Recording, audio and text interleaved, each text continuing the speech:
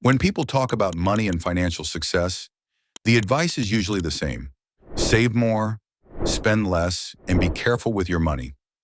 On an individual level, that advice makes sense. Saving helps people build security, prepare for emergencies, and plan for the future. But when we zoom out and look at the entire economy, the picture becomes more complicated. Because the truth is, an economy cannot grow if everyone only saves money. For an economy to function, money needs to move. It needs to circulate between people, businesses, and institutions. Spending is what keeps that circulation alive. So the real question is, why does the economy depend so heavily on spending?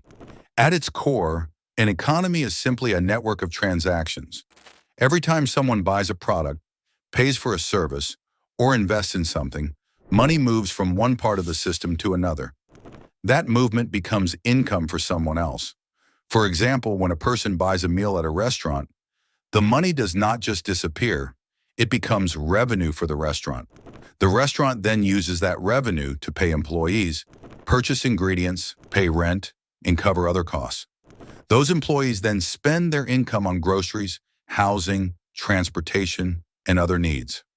One simple purchase can create a chain reaction of economic activity. This constant movement of money is what economists often refer to as the velocity of money. The faster money moves through the economy, the more economic activity is created.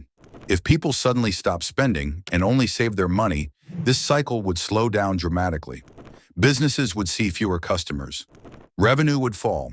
Companies might reduce production or cut jobs to survive. Workers who lose income would spend less themselves, creating even more pressure on businesses. This is one reason economic slowdowns and recessions can happen. When people become uncertain about the future, they often start saving more and spending less. While that may feel like the responsible thing to do individually, if millions of people behave the same way at the same time, it can reduce demand across the entire economy. Less demand means fewer sales. Fewer sales mean lower profits. And lower profits often lead to layoffs and reduced investment. To prevent this kind of slowdown, governments and central banks sometimes try to encourage spending. They may lower interest rates to make borrowing cheaper. They may increase public spending on infrastructure, social programs, or large projects. The idea is to push more money into circulation so economic activity continues. Spending, therefore, acts like fuel for the economic engine. There is also another important dynamic behind spending. Businesses make decisions based on expected demand.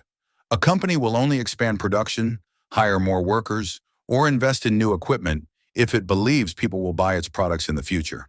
If consumers stop spending, businesses become cautious. Expansion plans slow down, and economic growth weakens. In this way, consumer spending becomes one of the most powerful forces shaping the direction of the economy. In many modern economies, household consumption represents a large share of total economic activity.